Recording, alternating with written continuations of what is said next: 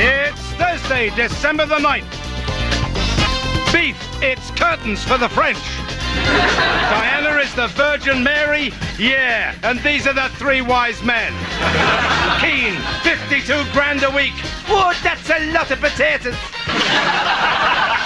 Please welcome TV's most lovable lanky twat, Mr. Ian Lee.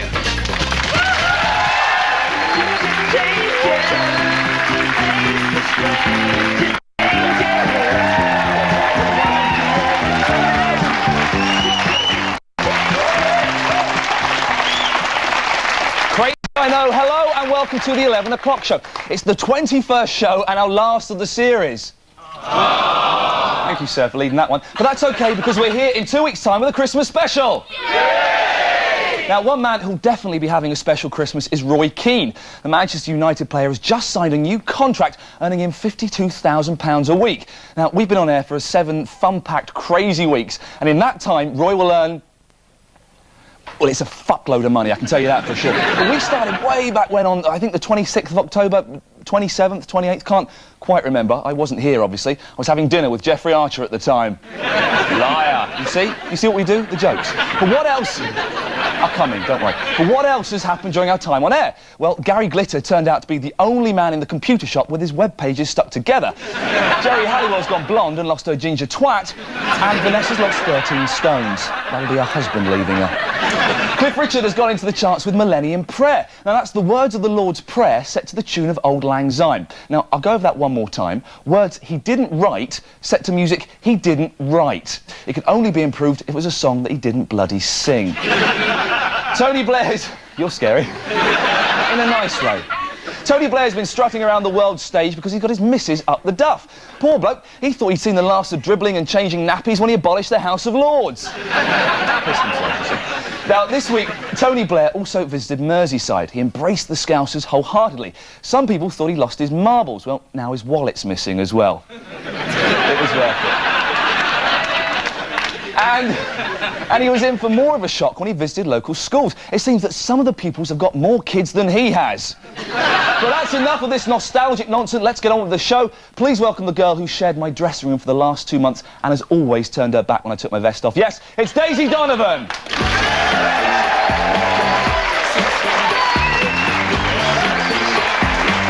at you slowly sauntering. You're having a saunter there. Now, Daisy. Ian. It's a special moment. We've been together on screen for the last 7 weeks. Do you think there's a special sort of, I don't know, F factor between us? Yeah, I think you're a fucking idiot. Tell us what's on tonight's show. We'll do so. Original rock chick Susie Quattro will be here. We'll be asking her what it was like snogging the Fonz and whether she took him up on his offer to sit on it. And we'll be looking back on all the best bits of Ali G's American Odyssey. What is everyone in the world got? Feet, right? Right. And what do they want their feet to become? Comfy. How do they make their feet comfy? One word. Shoes. Slippers. Now here are the headlines. Here are today's top stories. Roy Keane has become the highest-paid footballer in Britain, earning £52,000 a week. He's going to use the money to save up and buy a replica Man United strip.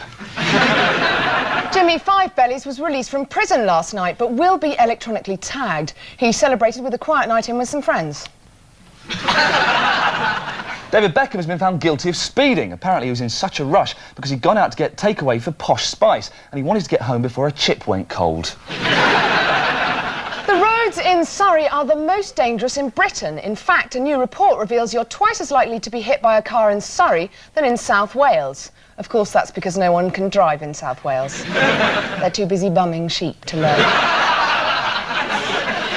The team behind the hit movie The Blair Witch Project have revealed that their next film will be a Monty Python-style comedy. Well, we've managed to get hold of some of the early footage. What is that, a witch? That's not a witch. He's just a very naughty boy. After having the lyrics lyrics to U2's latest album stolen from him in a Dublin bar, Bono has launched an urgent appeal to get them back. The singer said that whoever took them is welcome to keep the cigarettes, he just needs them to return the back of the packet. Romantic husky-voiced singer Barry White has cancelled his forthcoming UK tour after a health scare. He hasn't got a sore throat. And finally, Brookside's Sinbad actor Michael Stark is set to leave the top soap. Last night, he celebrated with a few friends. And those were tonight's headlines. So complicated. There are some tired, hackneyed old stories that never seem to go away. For example, the Millennium Dome. I'm sick of it. The Euro. Ugh, makes me sick. Posh spice. Makes herself sick. With worry over Brooklyn. But the worst of all must be the British beef crisis. What could be said about that hasn't been said already? That's the task we set Alex Lowe this morning. Here's his report. Agriculture Minister Nick Brown was left with earth all over his fat face today as once again the French said none to British beef. In a final bid to get the ban lifted, Brown issued this warning to the French government. From now on, it's no more Mr. Nice Gay, the gloves are off. Last night, Brown once again seemed surprised that the French had upheld the ban, but said he wouldn't take it lying down. Since the French government have said no to us, although I do want to study the text of their statement carefully. Amid criticism that this ban had more to do with economics than health, the French government immediately made public details of their stringent scientific testing procedure. 1. Check the label. 2. Confirm that it's British. 3. Ban it immediately. Nick Brown admitted that his softly approach may have backfired and announced details of his new hard-hitting strategy to get tough on France without breaking EU law. Firstly, Brown will have all of his friends round for tea at his mum's on Friday, but the French aren't invited. Secondly, when anyone French speaks to him, he will say, "Can anyone else hear that? I thought I heard something. Oh, it must be no one." And finally, during lunch breaks at the European Union, Mr. Brown will wander around chanting, "Who wants to join? My gang. No French allowed." Reaction from the other EU states has been swift. The German Agriculture Minister Karl-Heinz Funke has said, "France's actions are illegal and strike to the heart of the European Union." When asked whether Germany would lift their ban, he said, "Bist du mental? Das britische beef ist fucking poison." With a long, drawn-out court case looking likely, experts predict the only thing being lifted in the near future will be Nick Brown's shirt. He must win this court case if he's not to go down as the man with the worst agricultural record since the Wurzels. This has been Alex Lowe, The 11 O'Clock Show, Paris.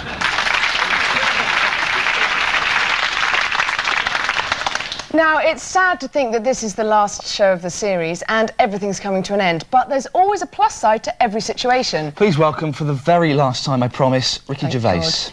Nice and sweet and does it. Nice and sweet and does it. Does it every time. Ricky, what have you got for us today? Ideas for Christmas gifts. Oh, that sounds Seriously, quite nice. It's the last show. You're going to see a lot of stuff on telly about unwanted pets, and a puppy is for life, not just for Christmas, which is true. But kids love it, but it can be irresponsible because they're not, puppies forever, and they've got a short attention span, kids, and it can lead to abandonment. I've got loads of nieces and nephews, and what I do, Christmas Eve, I go down to Battersea Dogs Home and I find a little sick one, and I go to the vet. No, don't put it down. I'll take it off your hands, mate. Yeah. I take it home, I give it to my little niece, she plays with it, it dies that night. Without the proper medical care, it would. 2 birds with 1 stone, see? It doesn't grow up, doesn't get abandoned. I've given it a lovely gift, yeah? And I usually tell her that Father Christmas killed it because she didn't spend enough on her uncle. That's actually And that he hates mean kids, and they usually buck their ideas up for the next year. That's very, very harsh. Yeah, well, it's harsh but true. I've got another idea. This is for adults. It's not all about kids' Christmas. I actually invented this myself. It's one of those sort of make your own. And I did it on an audition for Blue Pete. I didn't get it, but what it is, aunties leave the room, okay? Uncles cut out 2 little round bits of paper like that much across, yeah? Put 2 little black dots on them, they're the eyes, yeah? Lick them, stick them on your helmet, right? Pull back the foreskin, rotate the cock about 90 degrees, and open and shut the japa. It looks like a little goldfish. A big goldfish. A pike. It's like a pike. You actually have to have done that to know I've about done it loads of times. Yeah. Gervais, leave. Now. Go on. Off. I'll use this. You're disgusting. Oh, it's nearly Ricky. Christmas. Come on, come back. Come on, have a mince pie. No, actually, fuck off, fatty. Get off, don't do that. Out. Well, that's the end of part 1. Coming up in part 2, we'll be hanging stateside with Ali G in America. And we'll be jamming with top rock chick Suzi Quatro. But before that, we once again urge you to take heed of this public warning. See you after the break.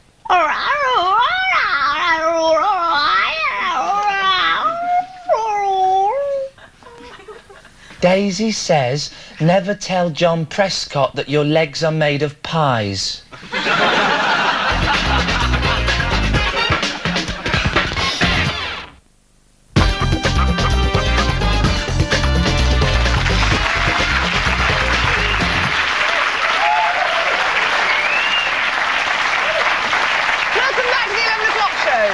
A new statue depicting the late Princess of Wales as the Virgin Mary has caused a storm of controversy. Sir Cliff Richard has described it as deeply offensive, which is a bit rich coming from a man who's recorded Our Lord's Prayer to the tune of a drunken Scottish dirge. But the statue's not the only tacky religious tie-in causing a stir this Christmas. Devout Catholics have been outraged by this souvenir version of the Turin Shroud, in which the face of the crucified Messiah is replaced by the life-size body of Jeanette Cranky. And there's this. The personalised reproduction of The Last Supper advertised in the Funday Times. For just £10, your child can appear as Jesus, leading a table full of kid-friendly disciples in a final holy snack. Look, there's Blue Peter's Katie Hill, Ant and Dec, and look, there's Emu. And instead of drinking the blood of Christ, they're enjoying the great taste of Sunny Delight. On the bookshelves this year, it's the Hello Bible. It's exactly the same as the traditional Bible, except there's a bit where Posh Spice passes through the eye of a needle, and Vanessa Feltz eats the 5,000, and the loaves, and the fishes, and the Snickers. Finally, brighten up any mantelpiece with this, the Only Fools and Horses Nativity. As you can see, it's a moving tableau featuring Rodney and Uncle Albert. But where's Del Boy? Well, if you pull this lever... And those are our slightly controversial religious celebrity souvenir gadget things. We all agree that the world's been a better place since girl power. It's empowered teenage girls to crash diet, take the pill aged 11, and still get pregnant by the time they're 12. That's good. But it didn't all start with the Spice Girls, so who better to ask about all things girl power than the Queen of Rock and Roll? Ladies and gentlemen, she's got the can that can. It's Suzi Quatro.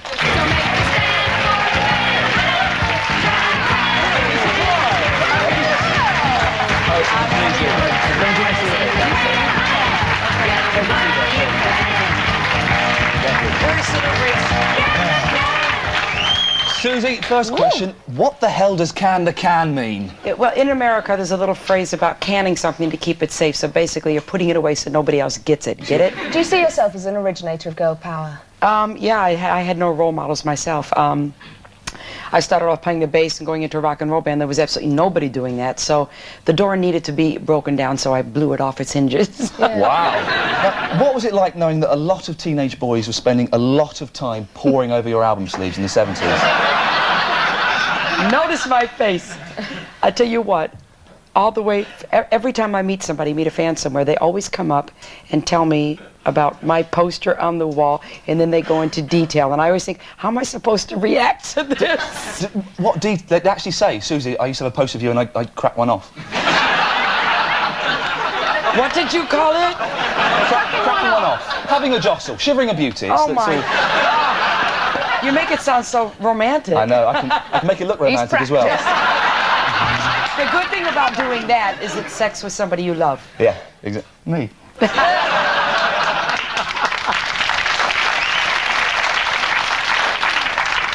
Rock stars come and go, but you've maintained a career for nearly 30 years now. Do you think that had anything to do with your leather jumpsuit? Well, the fact that it still fits is quite nice. How long does it take to get into a leather pair of trousers? Well, you can get into it easy, but after the stage performance, it's difficult to get back out. Ian will help you with that. Yes, I thought all these perverts about this leather stuff. I mean, you guys are so strange, but it is sexy, isn't it? No, especially when I'm you're wearing leather tonight, you know. I'd noticed, Yes. surprisingly. Now you're... Yeah, I noticed that you noticed. Yes. I've not got... Susie Quattro! Susie! Oh, blush! Look at me, I've gone red cheeks. Okay. Susie Quattro is implying I've got an erection. Now, the first time I saw you was as the Fonzie's girlfriend, Leather Tuscadero. How did you get that cool part? That's a great part. Yeah, that was the best. I loved it. They called me in Japan, and they said, would I fly out and audition? And I did, and it was supposed to be a 2-week special thing, and it turned into 3 years. Is he really, really cool? He's really super cool. Actually, he's very, very intelligent. He was going to be a politician. Really? Yeah, he was. He's Fonzie MP, that'd be That'd be fantastic. great, wouldn't it? Get him for London Mayor, that'd be great. It's really weird, though. As a kid, the Fonz looked all right, but looking back now, the lines were already beginning to show. Look at this shot of the two of you together. Ladies and gentlemen, Susie Quattro. Thank you. Thank you. Thank you. Susie. Hi there. Nice to see you. Now, it's got to be said, Daisy, it's got to be said that we have been through a lot together. Do you think you'd stick by me through thick and thin? Oh, of course I would, Ian. No matter what you did, I'll always be there for you. Really? No matter, you know, what I did? What have you done? Well, put it this way, I've been banned from the local swimming baths. Only on Saturday mornings, though. You're on your own, mate. Well, one woman who'd support me is Mary Archer, who's publicly stated she's standing by her lying little prick of a husband, Jeff. But won't everyone do the same? Daisy made this special report. Yeah, I did. Despite being publicly shamed, Jeffrey Archer still has one asset. That's his wife, Mary, who stood by him through thick and thin. But what exactly does it take to push a relationship too far? I've come here to London to find out. What would cause you to dump your partner? What would cause me to dump my... I would suppose if they had an affair with somebody else, I would dump her, yes. If you came home and found your wife in bed with another woman, what would you do? Oh, that'd be very difficult to answer that one. What's your natural urge? Natural urge is to sort of just walk out. No? Join in, two's up. Which of these pursuits is unforgivable in a partner? Okay. Okay. Tonking during Mastermind while your blind granny is in the corner, or humiliating you in front of the whole country by paying £2,000 to a prosy and then being caught out lying. I'd say the latter was worse. Okay, I'll give you a scenario. Your wife says, "Good morning, darling, would you like some tea and toast?" Are you going to leave her? Well, you know, a bit more width, a bit more... Okay, so that's your first scenario. Yeah. Your second, Yeah. she comes downstairs and she says, "Where's the jiff? I've got a right chuff rash." How'd you get that You fucking give it me. Would you leave your partner if she constantly ignored you? What an extraordinary question. I think that needs... Sorry? I said, what an extraordinary question. That needs a lot of... if she constantly ignored me, I'm not so sure if we were going to end up like that and be there in the first place. You're not listening to me. Oh no. So there you have it. It seems that relationships today can all too often end up like me, in the skip. This has been Daisy Donovan for the 11 o'clock show in London. It's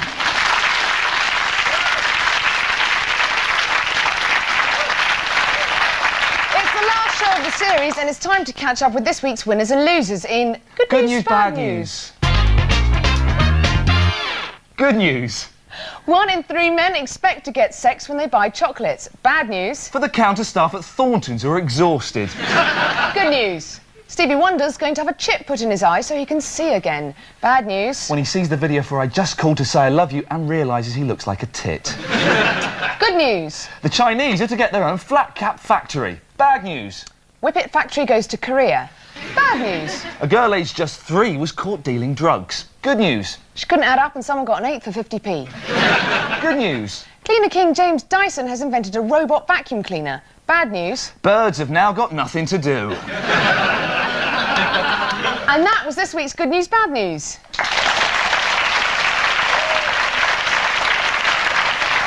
Daisy, how would you describe the relationship between Britain and America? Funny you should ask, I've been thinking about this. It's just like the Crankies. What, you mean they're a solid partnership who've worked side by side for years and they're still great together? No, the big one keeps screwing the little one. Did you mention Jeanette Cranky earlier? Yeah, it's panto season, she's all over the place. Oh, that's okay, fair enough. But another person with an expert grasp of international relations is Ali G. Here's the very best of his chats with the bigwigs stateside. Yeah, you don't stop. It goes out to the crew up top. That's it. So let's talk about spies now, because the CIA is also got to do with spies, isn't it? Is it true that you have certain female spies that you put a camera in their punani? What is supply and demand? Is it like with Majuli, I supply and she demand it, aye? Is there any difference between the gangs and, let's say, the scouts? The Boy Scouts? Aye. There's some fundamental differences. Let's talk about Vietnam. Right. What did you do in Nam? I was a battalion commander. Aye. How old was you then? I was in my early 40s. Correct me if I'm wrong, but the average age was 18. It is to do with colours here as well, is that right? Well, colors is sort of the division between Bloods and Crips, and the color aspect has really been highlighted through the media. What would have happened, let's say, if your nan had knitted you like a red sweater or something, and you was in the Blue Crips? What would you do? Well, the person would never wear it in the first place. But then his nan had like spent ages They wouldn't care. They would probably throw it out, or they would tell her, do it my favorite color, which is blue. Yeah, but then you will make the nun feel bad or whatever, and you're making your own grandma feel like rubbish. Well, I don't think they're really concerned about making someone in their family feel bad about the color. I've got an idea, and I want to run it by you, Professor Galbraith. What is everyone in the world got? Feet, right? And what do they want their feet to become? Comfy. How do they make their feet comfy? One word. Shoes. Slippers. So my idea is to make slippers. Well, you will not be the only person with that idea. What? Well, check this. I was going to use the intranet, and I was going to do it on wwf.slippers.com. What do you think about that? I would point out that you will only become a millionaire making slippers, internet or not, if you make them cheaper than anybody else. What happened if I use the intranet and I do it instead of that address on wwf.swedishfunny.com? Because then everyone will think that they is going over to see some nice girls or whatever. And what will they see? My slippers. They'll buy them. Okay, that's your risk, fortunately, and not mine. Do you want to invest some money in it? Certainly not.